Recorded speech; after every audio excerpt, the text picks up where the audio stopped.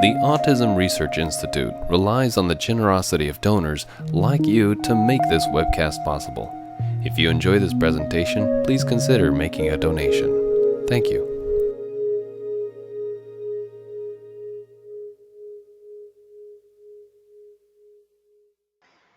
Now, before we get started, I'd like to introduce our speakers. Pam Pharaoh is the co-founder of Hopewell Associates and serves on the board of the Gottschall Autism Center.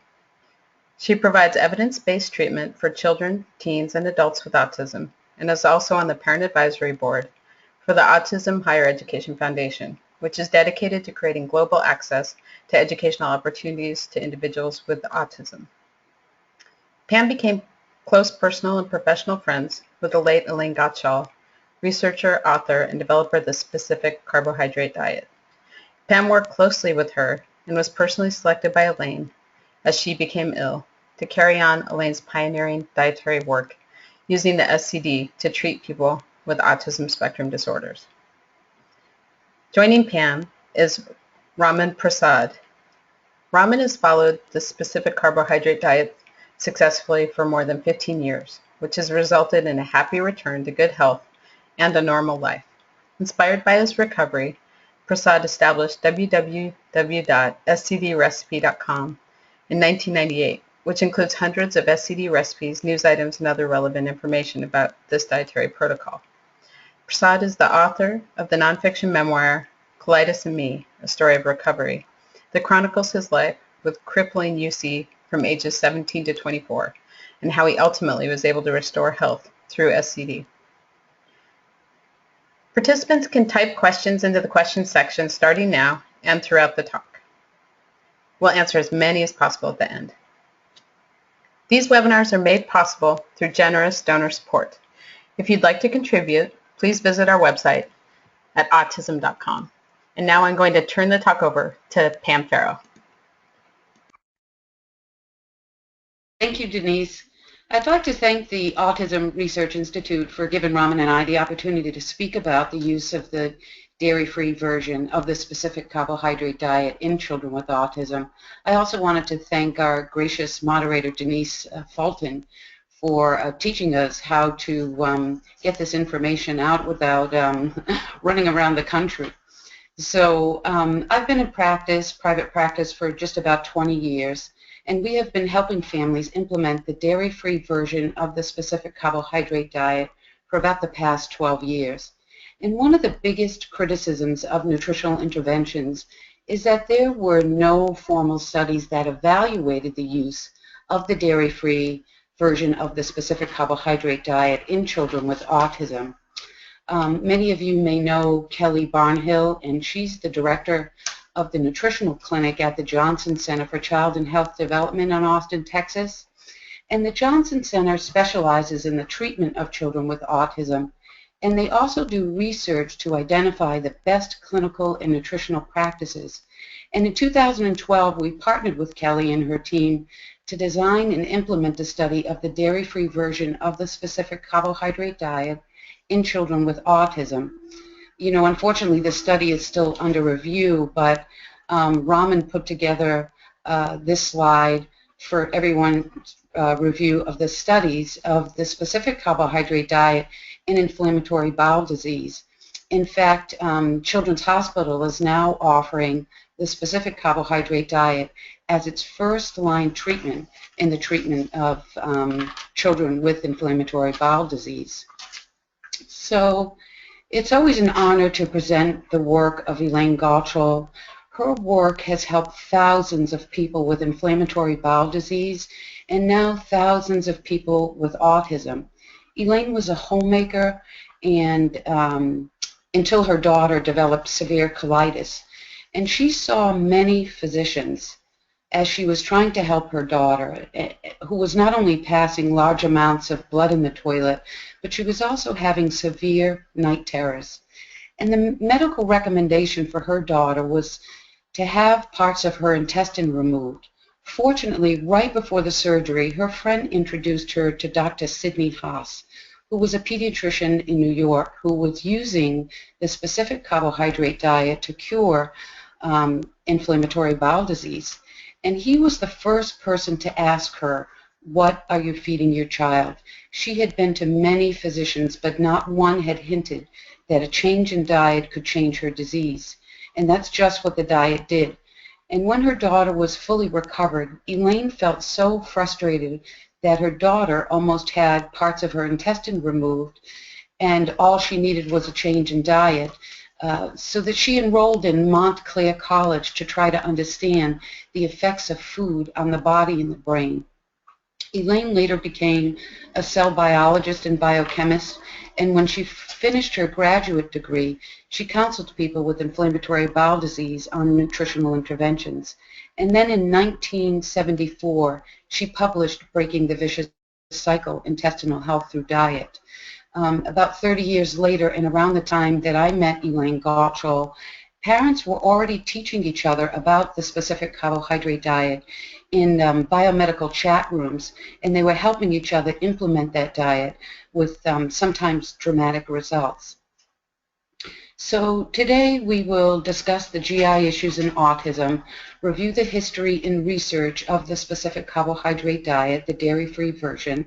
We'll take a brief look at the gastrointestinal system and why and how to implement the dairy-free version of the specific carbohydrate diet, which now I'll refer to as SCD, dairy-free.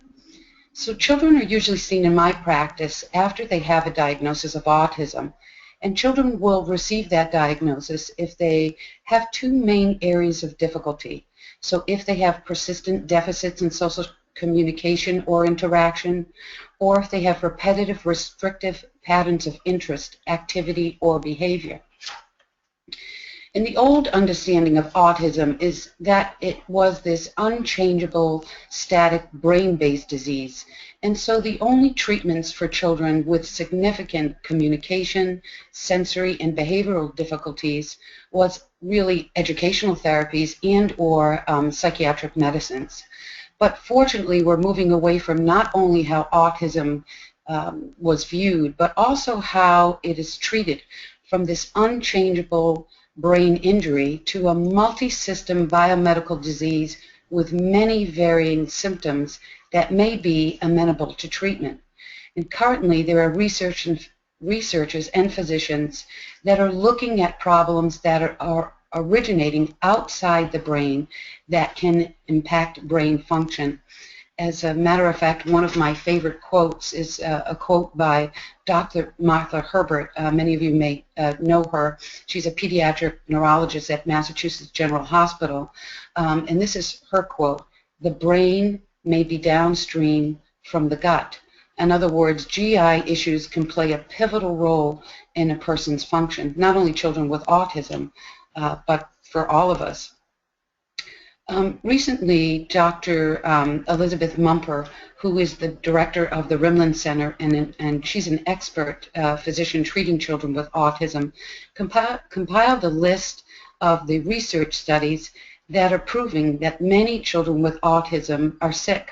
They have immune dysfunction, oxidative stress, and mitochondrial dysfunction.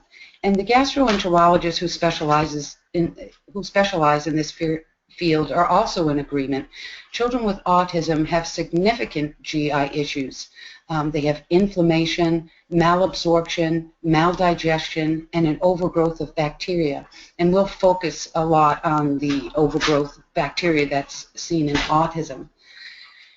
So since 1995, the Autism Research Institute, the physicians and researchers have been meeting to look at and discuss the GI issues seen in autism. And finally, in 2010, the American Academy of Pediatrics released a list of symptoms that children with autism may have if they have abdominal pain. So among this list, the common symptoms that I see in children with GI issues and autism, besides the obvious of significant diarrhea or chronic constipation, are children who have a loss in language. They have extreme anxiety, insomnia, night terrors, hyperactivity, lethargy, screaming, obsessive behavior, and agitation, which usually expresses itself in self-injury. Many of these children will bang their heads or hit themselves. So children with autism, many of the kids are suffering with treatable gastrointestinal issues, and many of those symptoms appear behavioral. So they're subjected to behavioral treatments when in fact they need medical care. You now have to assume that children with autism who have behavioral issues have pain until we can prove otherwise. So the conditions of patients at my practice, in addition to the symptoms that I just mentioned, also have significant feeding issues. And many of the children limit their diets to goldfish, crackers, macaroni and cheese, and chicken nuggets. I'm going to show you a couple of pictures of this young girl who I saw in my practice as an example of not to be intimidated when trying to implement a specialized diet in children who have very limited diets. So this is Ava, and you can see here she's pretty uncomfortable. This is her birthday party, and she's somebody's physically assisting her to look at her beautiful Barbie cake.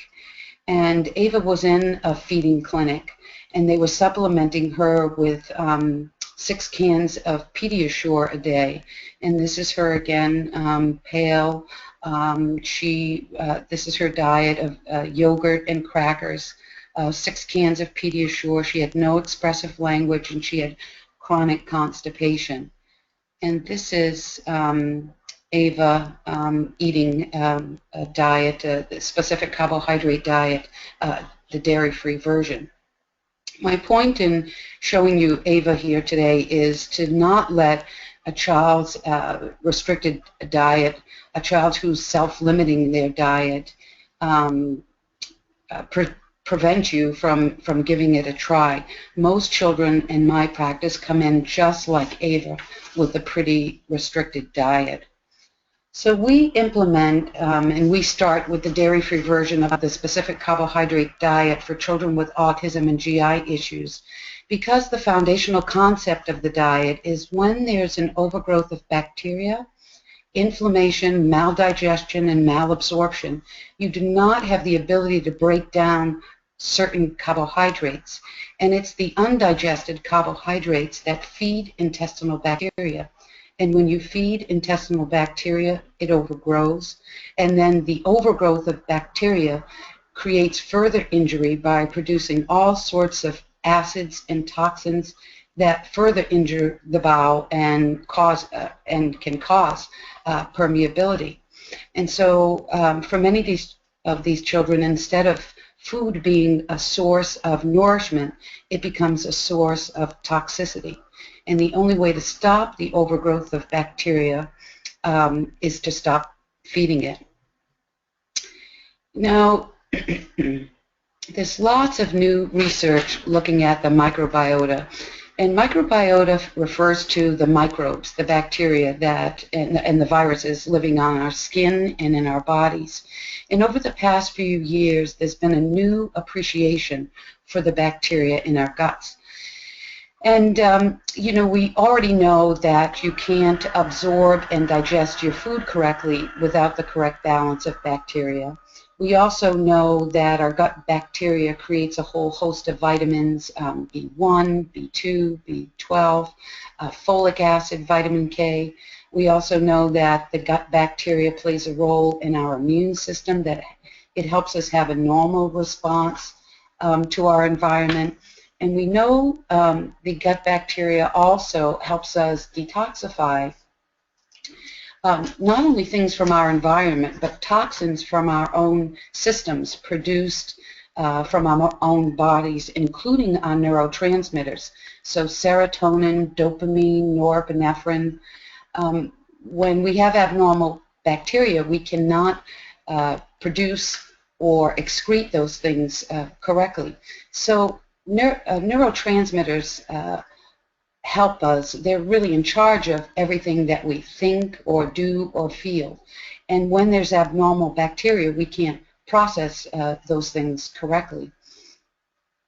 The good news is that there are studies now that are proving that our gut bacteria, that we can change it. If it's abnormal, we can change it, and we can change it with diet, and we can change it relatively quickly. And it's the reason why we're using this specific carbohydrate diet in children with autism. So the specific carbohydrate diet is not a new fad diet. It has 100 years of history and success.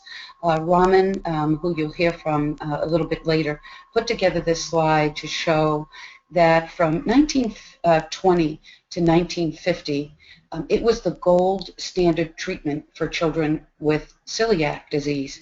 This is Dr. Haas, who Elaine had met with for her daughter. And this slide shows you the results of 370 cases of children that he followed for a period of many, many years. And you can see that out of 370 cases, 270 were considered cured. And Dr. Haas went on to define cure, which I appreciate as a parent of a child with autism. So when he considered a child cured, they had to show excellent nutrition. They had to have a happy personality. They had to have complete absence of stool abnormality. And they also could then eat an unrestricted diet without any return in symptoms. So those results are really unmatched with anything else that we've used. And Dr. Haas was 90 years old at the time that Elaine Gottschalk met him. So we have to thank her for bringing his work back to public consciousness. So the simplified version of the digestive system is that it's a long, hollow tube extending from the esophagus to the anus. And you see the red circle, that's where absorption takes place in the small intestine. And so normal digestion works by breaking food down into its tiniest parts so that the body can use it to nourish cells and to provide us with energy. So proteins are broken down to amino acids, fats into fatty acids, and carbohydrates are broken down into monosaccharides before they're absorbed. So on the right you'll see the absorptive cell, and when we have abnormal bacteria, this delicate absorptive cell, this is a healthy one here, and you see when there's abnormal bacteria, that delicate absorptive cell with inflammation, this whole system, this whole renewal system of producing that absorptive cell, this to your left is villi, and the absorptive cells, if you would imagine the villi as hills and valleys, the absorptive cells are born in the valleys, and they travel up the hill as this whole renewal system happens within the small intestine. And when there's inflammation, you see to the right, that's an absorptive cell that's flattened and damaged. And what you see to the right and left of that are enzymes. So the gastrointestinal system doesn't have access to the enzymes that help break down the carbohydrates. So this slide here is from Elaine Gottschalk's book, and it's to show you that carbohydrates are classified into three main categories: monosaccharides, disaccharides, and polysaccharides. So monosaccharide is the single sugar, and it's found in fruit and honey, and it does not need help from the digestive system because it's already in the form of the single sugar, and it can go right through the small intestine, and we can use it for energy. The disaccharide is a double sugar found in cane sugar, and it requires the help from the digestive system. The polysaccharide is the same. It's a long chain of sugar. This is starch found in grain, potatoes, and rice. And so here is the normal digestion of starch. So you see that the top one would be a long chain of sugar. It's broken down to a disaccharide and then a monosaccharide. And this is impaired digestion. So a polysaccharide is only broken down to a disaccharide. And this is abnormal fermentation. So the disaccharide is not broken down, and it reaches the colon where there's trillions of bacteria. There's a sparse amount of bacteria in the small intestine, and so when the disaccharide or the polysaccharide is traveling down the small intestine, if it does not get digested and absorbed, it hits the colon, and where that's loaded with trillions of bacteria, you could start having this abnormal fermentation, and then usually the children experience this bloating, gas, and pain, and here are some of the symptoms that we talk about that children usually exhibit when that's happening.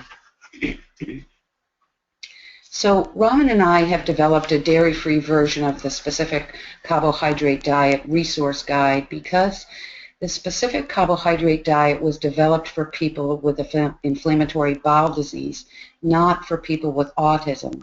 And when the specific carbohydrate diets first started to be talked about in the chat groups, there was a lot of confusion because SCD was not specifically designed for people with autism, and many families already knew that their children could not tolerate the dairy products that are allowed on the specific carbohydrate diet. So on SCD, homemade yogurts, certain cheeses and butter are allowed on that diet, but many parents already knew that their children with GI issues had an immune and or behavioral response to dairy. Mostly what we see in many children with autism when they eat dairy is agitation, poor eye contact, and difficulty sleeping. So in my practice, all of the children follow a dairy-free version of SCD for at least a year. Some children can attempt to try a few cheeses or the homemade yogurt after 6 months, but mainly they're following the dairy-free version of SCD for at least a year. And in place of butter, we use coconut oil and ghee, and in place of the 24-hour yogurt, which provides a great vehicle to get beneficial bacteria into the bowel, we use probiotics. It's worth noting here, though, although Raman and I did modify SCD, we did not modify the principles of the diet. We took out dairy and formatted recipes to help families with this diet for their children with autism. And I bring up that point because many years ago, I was following this chat group of physicians and researchers, and there was a report that 16 children were not doing well on SCD. But after further investigation, what they were doing was a modified version of SCD, and there's really no such thing. So these children were eating mostly SCD and a bowl of rice, or mostly SCD and some chocolate. This is a diet that's not allowed. This is a diet that that requires fanatical adherence for it to work. So here's really just categories. It looks like a short list of what you can eat, but it's actually just categories of foods that are legal on the diet. So vegetables, fresh or frozen, fresh or frozen poultry, fish, beef, lamb, pork, eggs, oils are legal, fresh, frozen, or raw, fruits, nuts and nut flours, coconut flour, spices, honey, ghee, and specific beans and lentils if they're cooked overnight, and may be tried after 3 months. The things that are not allowed, the foods that are not allowed on SCD are grains, including bread, rice, pasta, cereal, and products with corn, processed meats, hot dogs, cold cuts, fast food, potatoes, unhealthy oils such as corn oil and soybean oil, dairy products including milk, yogurt, and margarine, soy products and starches, added sugars including corn syrup, cane sugar, and molasses. So a couple of things here. So mostly when families are new to the specific carbohydrate diet, this list frightens them because many of the children are young and they like things like cookies and banana breads and muffins, and you can have those things on the specific carbohydrate diet as long as they're made, they're homemade from, and the base has to be almond flour or coconut flour. In addition, although pasta is not allowed, there are people now creating pasta with just egg, so that would be allowed, and that's huge. That's new. That's new in the past couple of years, that people are able to just take egg and cook it and make a nice pasta for children who enjoy that. So this probably is the most important slide if people are thinking about transitioning their child to the specific carbohydrate diet.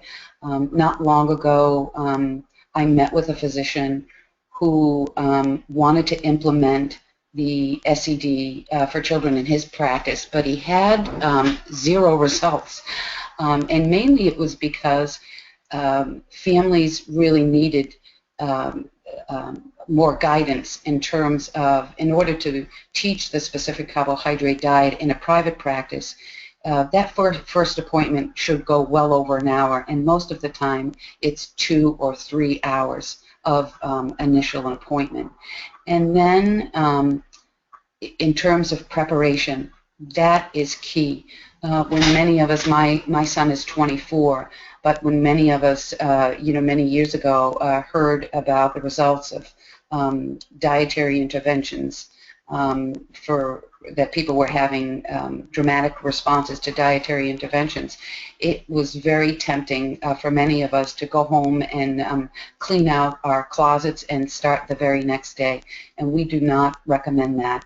So in my practice, we take the time, and most often it's around 2 weeks that families really need to read the science behind the diet, identify recipes that closely matches what their child's eating, design a weekly menu, and then shop for specialty items.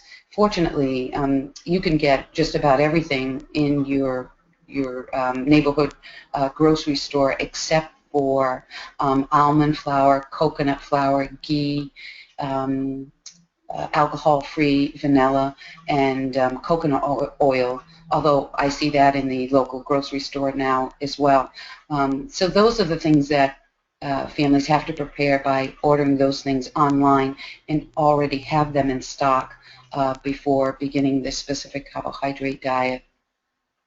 I'm going to show you a menu in a minute. It definitely helps to cook and freeze and spend a full day cooking.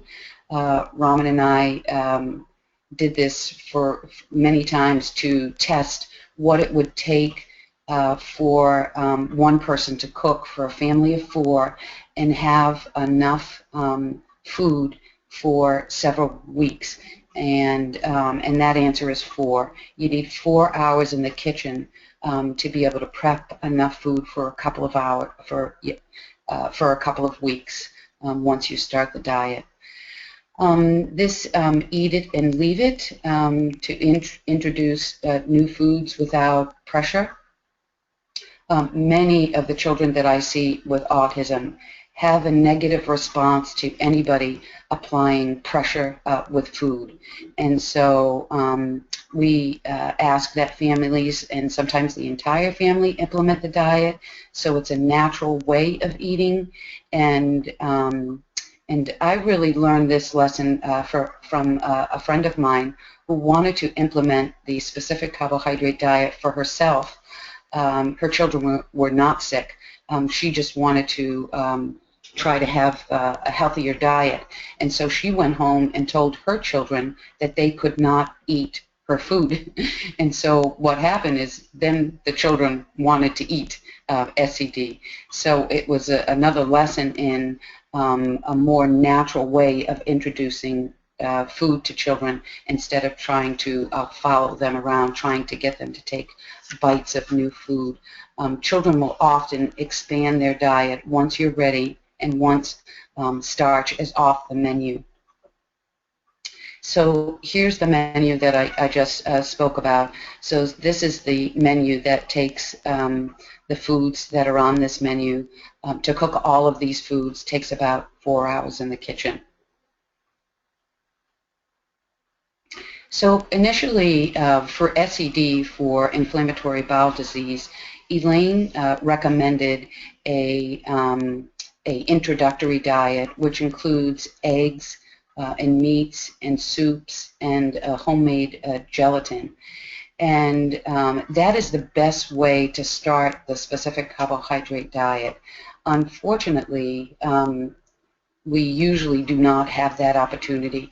Usually children are so limited in their diet that we will usually start with this full diet here that's on this menu, and then our goal is to once a child is 100% legal on the diet, then we move to feeding them more soups and vegetables and fruits.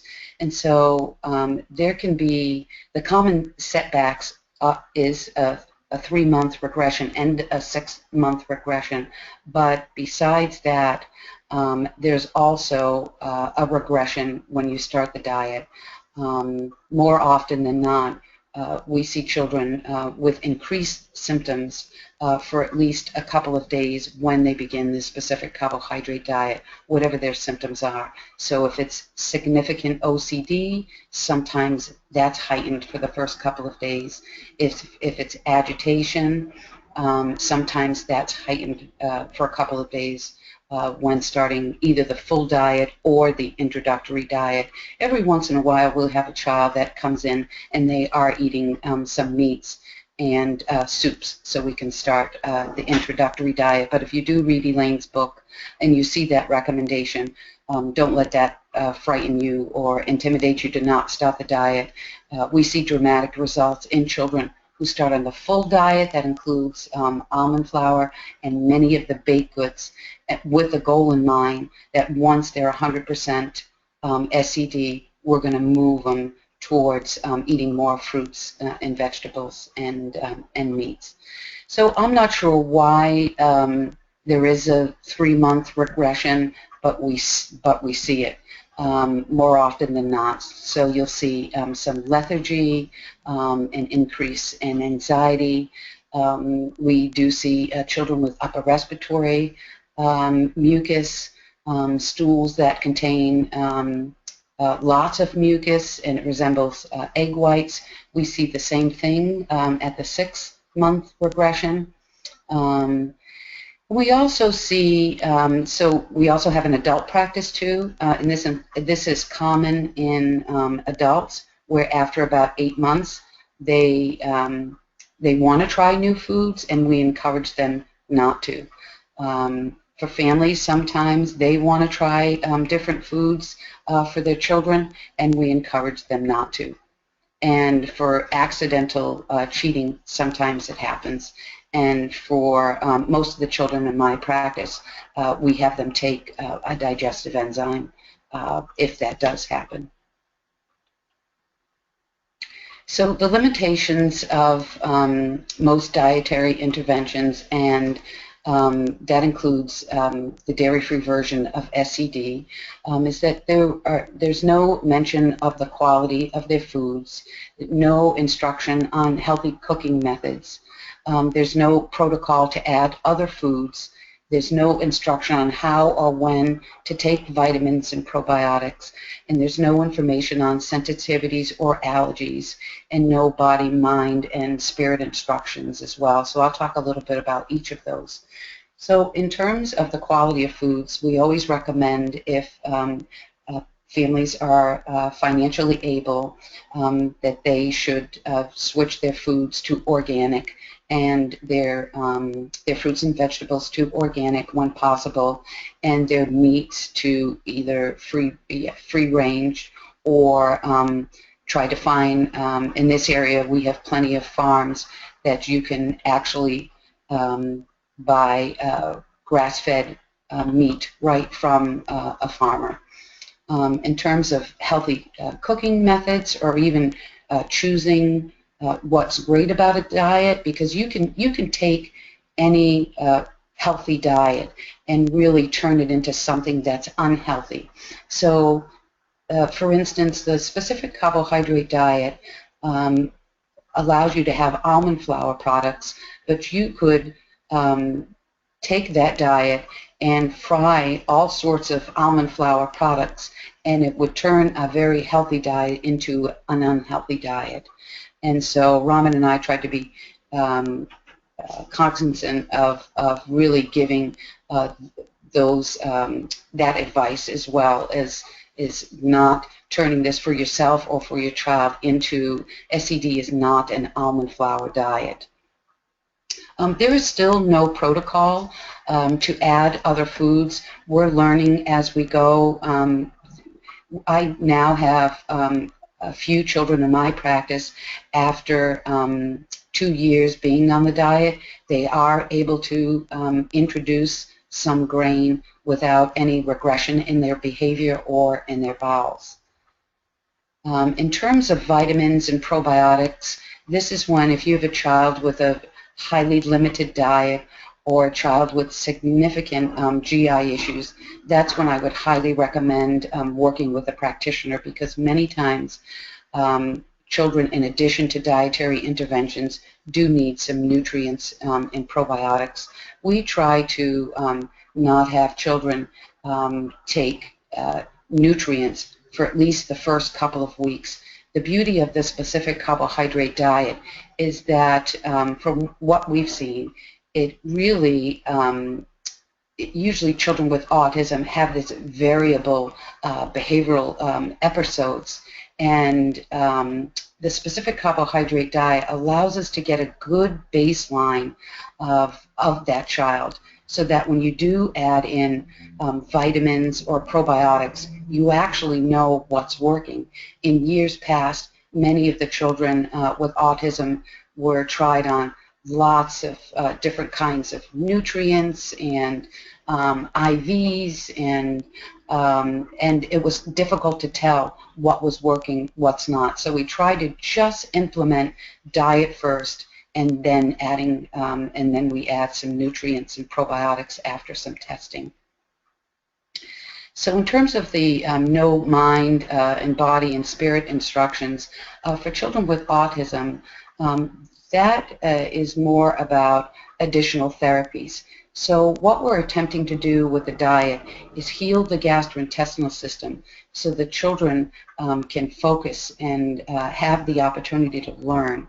But it doesn't replace additional treatments like occupational therapy and things like speech therapy in a good school program as well.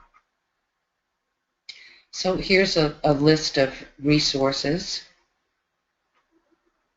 And so the summary is that you have to assume children with autism and behavioral issues have pain until we prove otherwise.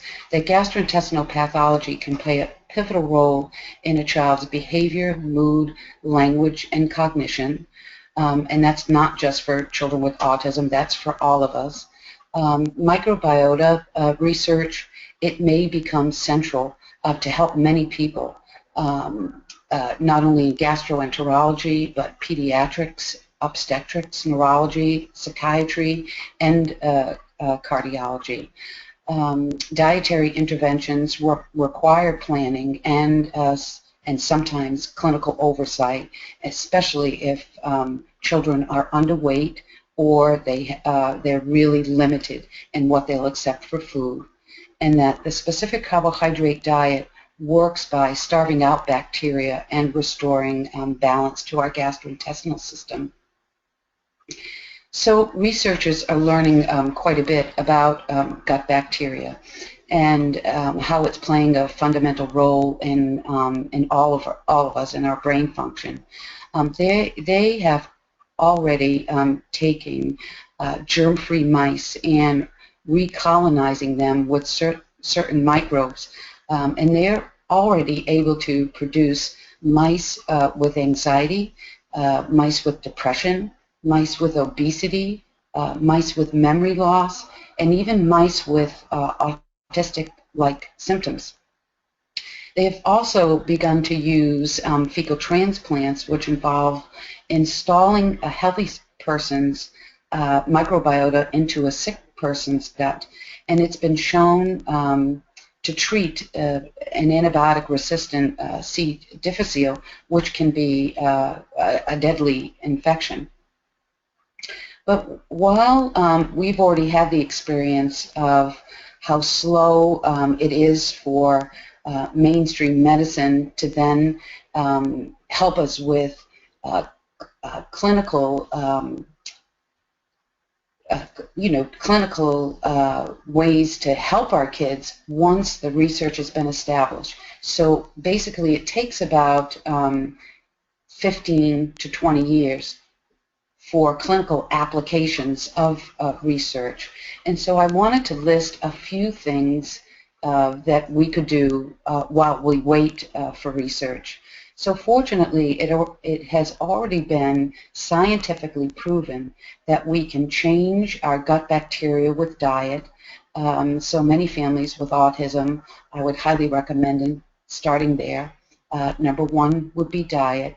Number two is for us to, and for the medical establishment to really be careful with antibiotics for our children. It's estimated that children under 2 receive about 6 rounds of antibiotics, mostly for infections that are viral. And they're not doing anything for the child except maybe causing a disruption in the child's bacteria. And the third thing is probiotics.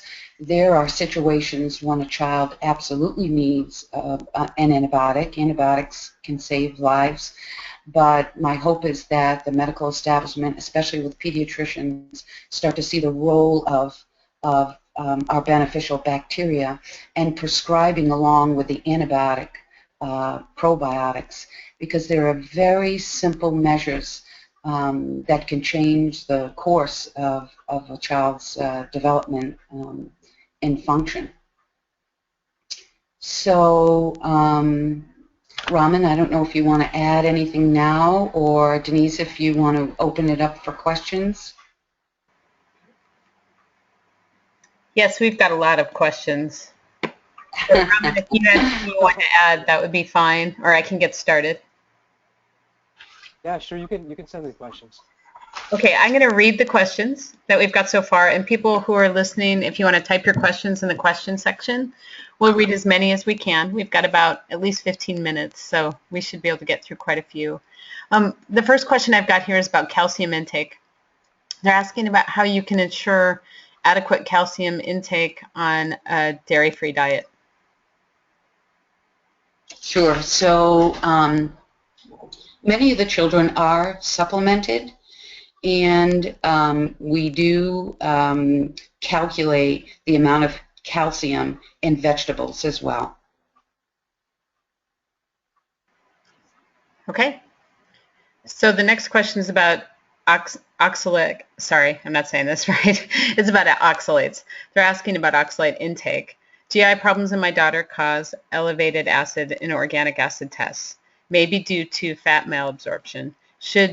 Does that suggest we should restrict oxalate use as well? Yeah. Well, there was a lot of talk about oxalate problems in children following the specific carbohydrate diet. And so one of the things that you want to be careful about with children with those issues is the use of almond flour. So the menu that I showed is really a transitional menu because our first goal is to get the children 100% legal on the specific carbohydrate diet. But then that child should be moved away from all that additional almond flour. Okay, and we've got a lot of questions about flowers regarding what you just said. So what would you suggest if my child has an almond allergy? This is a separate question. What flour could I use instead? Yeah, so coconut flour. Okay. Possibly pecan flour, but also it's not. I mean, it's not a nut flour diet. I mean, ideally, the diet would start out with broths and vegetables and meat, etc. But one of the reasons for that transitional menu is because a lot of people, especially with some sensory issues, refuse the soups. So the almond flour was or the nut flours or coconut flour was kind of a way to transition into things that they would eat sooner. I mean, kind of dealing with a lot of picky eating, but it's not a necessity by any means. Yeah, it's not an easy diet to follow, to transition to for a young child. So say a 2-year-old without the almond flour products. It is, you can do it, and it is possible, but it's not as easy. There are children that follow the dairy-free version of the specific carbohydrate diet, and they have allergies to almonds, so they're not eating any almond flour products. But so it's doable, but it becomes tougher, especially if you have a child, that's 2 or 3 years old. It's not easy. Okay, this person's asking about recipes. They're saying, I've seen paleo recipes that the muffins just fall apart when I use almond or coconut flour. So do you have any ideas about that, or things that they might change in the way that they're preparing to get those things to work? Yeah, sure. I mean, there's a lot of recipes in the book we just did. I mean, half of it is recipes, and we tested these recipes at least a half dozen times, including the muffins, etc. We'll put some online too. There's definitely ways people could successfully make these recipes.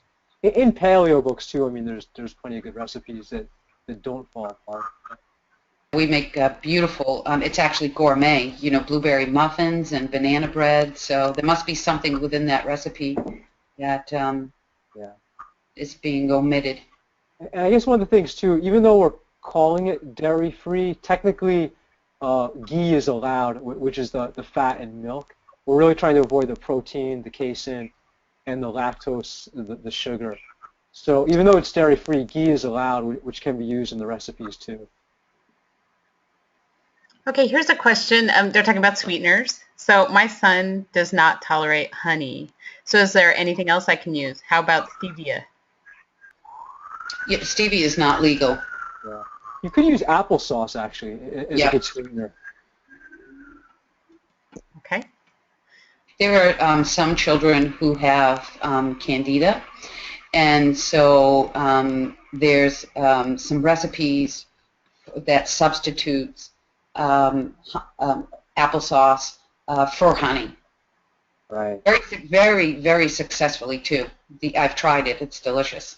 Blueberry muffins and banana breads. You can do all of that with applesauce. What about rice? No, rice is. Yeah, there's no rice on the diet. Right. When I showed. Yep.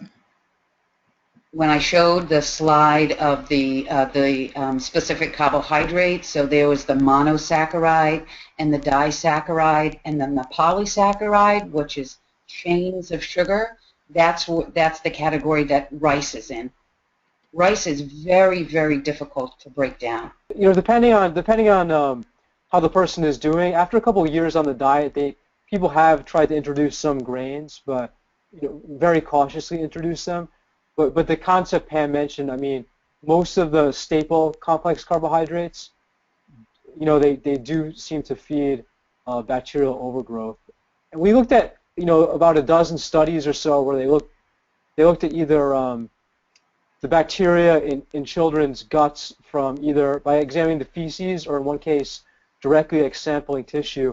And in every case, the bacteria was abnormal from controls or healthy children, and even abnormal from their siblings. So that bacterial overgrowth is very real and can be seen now. Okay, here's a question. This person is going back to stevia. They're saying, Why isn't it legal? It's a natural source, has antimicrobial properties. Doesn't Elaine list it in her book? Yeah, Elaine initially said that it was her opinion that the molecular structure of it was not legal. You know, I mean, I think she said that stevia may be used in, you know, maybe minuscule amounts, or. Yeah, I mean, she definitely was avoiding it. I mean, for those reasons. So. Right, here's a parent is actually commenting here, or a practitioner. They're saying on pecanbread.com, it says Elaine has noted that its molecular structure resembles a steroid. It's not SCD legal. However, on Elaine's children's list, she indicated it might be used in strictly limited quantities for those children who absolutely cannot tolerate either honey or saccharin. So. Yeah. Yep. Right. Okay, so I think that's a good answer to that question. That's We explored it though, because I think it comes up a lot. I think there's a lot of confusion about it. What about, so in that same thread, what about agave? Agave is out right now. It's on the illegal list, it sounds like. Okay. Yeah. All right, well, we'll steer away from that. One other suggestion a parent had was they said that they use pear sauce as a sweetener. So that's oh, great. That's great. Yeah, that's another option that I think we hadn't talked about yet.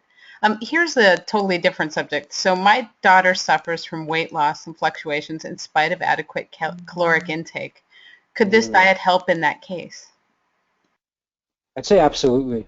I mean, a lot of it is to, not only health-wise, but even behavior-wise, it's to kind of have like a baseline in terms of making things predictable. And a lot of this, because it's dealing with, you know, healing the gut and digestion, her weight should stabilize. Let me caution though that oftentimes children lose weight when they start this diet, and then it stabilizes. So, but after that, it's pretty steady.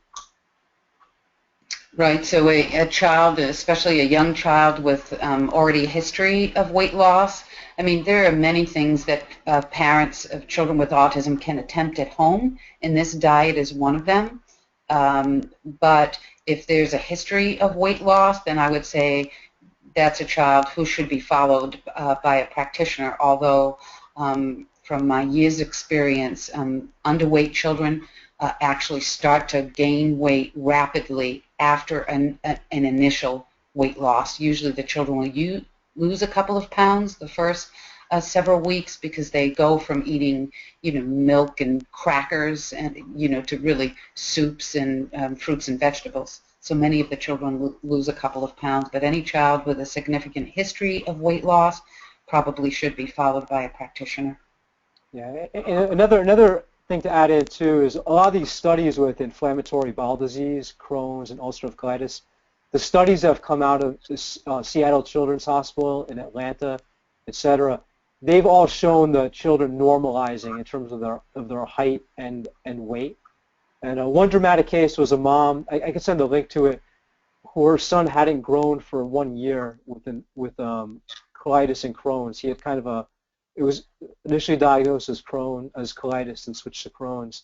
In 6 months on the SCD, he actually grew an inch. So they're definitely finding consistent growth trajectories, stabilization in these studies. Okay, I know you've already talked about this. People continue to ask about different grains. So I'm going to have you name them here. They're asking about quinoa and buckwheat. These are, I assume, illegal? Illegal. Yep. Illegal, yeah. Right. Neither are. They cannot, you know, there's no grain. It's a no grain diet. I mean, kind of to add on too, I mean, one of the things about the SCD, which is, it's kind of hard to digest in a way, but you know, it is more sustainable to be eating grains, I guess, from maybe an environmental and even from a cost factor. So we're hoping in the future, as you know, these studies are really kind of ramping up now, that we'll find things like fecal transplants or different probiotic combinations will help people to digest grains once again. And definitely people have been experimenting after a couple years on the SCD with adding grains or fermented grains and slowly adding these things back in. But in the beginning, it's a definite no, I would say. So. Okay, so they're asking, this is an interesting question. They're asking, well, why is meat easier to digest than grain? I think the big thing is that, if you have these, I don't know if Pam, if you can go back to one of those earlier slides just showing Yep. the digestion, but these long chains of carbohydrates, yeah, I guess maybe the next one. This one? Yeah, so if you look at that, the next one, sorry. This one here? Yeah, so you could see like in normal digestion, like these long chains of sugars, which would be like, the rice and other grains, they're getting broken down. But if you go to the next slide, when they're not broken down, you can see that they end up feeding harmful bacteria. And I send the slide again to the list, but this is kind of like almost in the medical journals now, they are showing how this is happening, over and over, including one of the autism studies. Like it's actually, when these grains aren't being digested and they are feeding harmful bacteria, it just kind of perpetuates like a leaky gut and all the kind of damage going on. So. Because our biggest concern and what we're trying to address specifically with this diet is that, our concern is abnormal bacteria. And so far, all of the studies are showing that our children with autism have abnormal bacteria. And so how do we correct that problem is to not feed them any carbohydrates that they cannot digest.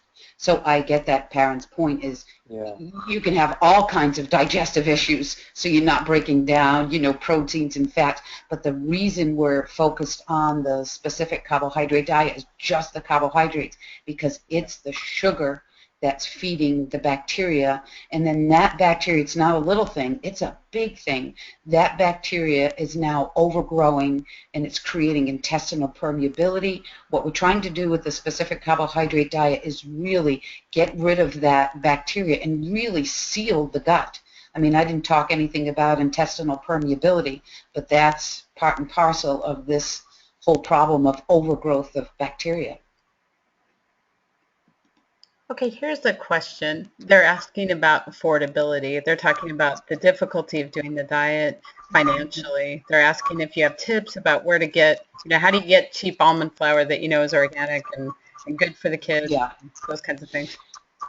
Yeah, so when we did implement the SCD dairy-free study with Kelly in the Johnson Center, we had a family who was fortunate enough that the child met the criteria to be part of that study. And what was groundbreaking about that study is that we were able to, supply the food for 16 weeks for the families. But I had one family after that process who was a single parent who used to take 2 buses to get to my office, and the only resources she had for food for her and her son was food stamps, and it wasn't a lot of money. So you can really do this diet very simply and cheaply by adding in soups as one of your base meals. So soups and fruits and vegetables. There's also, and now we're in Massachusetts, but I would imagine in any area of connecting directly with a local farmer.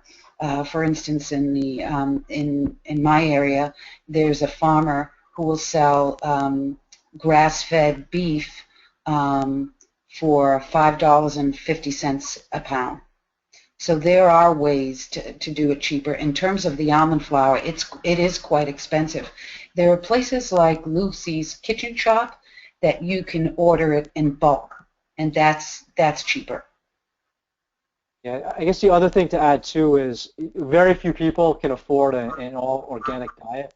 But if you target your budget, proteins, especially meats, it's probably better to buy those organic if you can.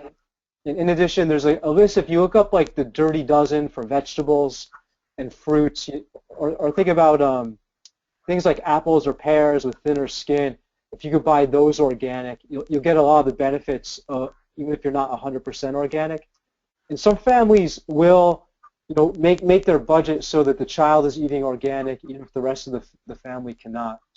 So there's definitely ways to kind of play around with budgets, but it is more expensive. And unfortunately, the nut part is a lot of the expense now is because of the bee population dying off, which is just increasing prices. So it's all kind of like an intertwined problem. I mean, these health issues. So. Okay, this question is about yeast and Candida overgrowth. So will this diet help in the case of yeast overgrowth, and should we use antifungals? Yes, so for many years before we knew about Elaine's work, I had the experience of using lots of systemic antifungals. So there's a couple of choices. A systemic antifungal, which means usually medicines like diflucan or Nizoral. Those are medicines that go through the liver, and so they work throughout the bloodstream. There's a choice of using a medicine called nystatin, and that long digestive tube that I showed you, that's where nystatin works. It's not a systemic medicine. It doesn't go through the liver. It just sort of treats all from the esophagus to the anus. That's it. The third choice are things that Dr. Sidney Baker was the first one to talk about it many, many years ago, back in the late 90s, is something called Saccharomyces boulardii. And so years ago when we were using systemic medicine, these days we don't use it at all. Now that we have a tool like the specific carbohydrate diet, we'll often use Saccharomyces boulardii for a couple of weeks to help with the Candida, and then in combination with this specific carbohydrate diet, because one of the things you have to worry about with the systemic medicine is that it does have to go through the liver. And although we used it for many years with great benefits, I think we have a better way of doing things now. Just want to add too that Saccharomyces boulardii is offered under the trade name Floristor. It's available at most pharmacies and even Costco. So there's been a lot of studies done on it. Yeah. Okay, I know we're running out of time. I did want to read, we got a couple comments from people who are trying to help each other here. So if people are just listening and can't see the questions, one parent is saying that she tries to reach out, like she finds products through the Amish or Mennonite communities. So she's been able to get really affordable, healthfully grown products doing it that way. Now, I have one last question. I think this will appeal to both of you. This is, since you both have dealt with adults who've had to change their diets, including Raman yourself. This person's saying, my child is 20 years old, and I don't think this will work for her. Oh, you know what? That's my favorite kind of patient, because here's the thing. We have an adult psychopharmacology practice as well. So we see adults who had been previously been in institutions before they were integrated into the community. So people who didn't receive, great food, a great environment. And we are now implementing the specific dairy-free version of the specific carbohydrate diet for those people, and they're making progress. Years ago, I wrote an article for the Autism File magazine, and it was called Teenagers and Beyond, because that was the first time. Not only did my son start the specific carbohydrate diet when he was 12, but then I later saw a patient who was 18, and it dramatically improved her life. So it doesn't matter if you're 2 or 82, when you feel better, you do better. So I wouldn't let any age intimidate somebody from not trying this diet. Yeah. We implement the diet with adults all the time. And that one patient who was 18 is profiled in the book because she also had OCD sorts of issues also, and those dissipated over time while being on the diet.